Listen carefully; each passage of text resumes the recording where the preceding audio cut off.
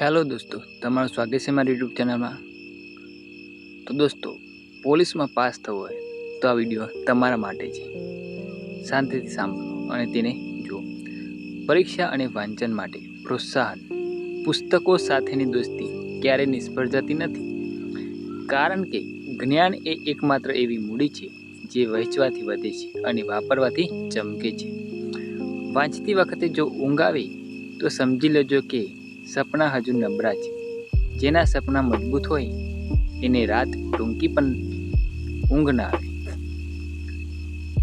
જેના સપના મજબૂત હોય એને રાત ટૂંકી પડે પણ ઊંઘ ના આવે।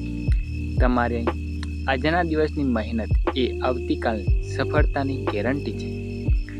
સિલેબસ મોટો છે અને સમય ઓછો, પણ યાદ રાખજો કે અશક્ય શબ્દ ફક્ત એમના માટે છે જેઓ પ્રયત્ન નથી કરતા। આત્મવિશ્વાસ અને એકાગ્રતા। પરીક્ષા એ માત્ર તમારા જ્ઞાનની કસોટી નથી, પણ તમારી ધીરજ અને આત્મવિશ્વાસની પણ કસોટી છે। દુનિયા શું કહે છે એ છોડો, બસ એ વિચારો કે જ્યારે રિઝલ્ટમાં તમારું નામ હશે ત્યારે તમારા માતા પિતાની આંખમાં કેટલી ખુશી હશે।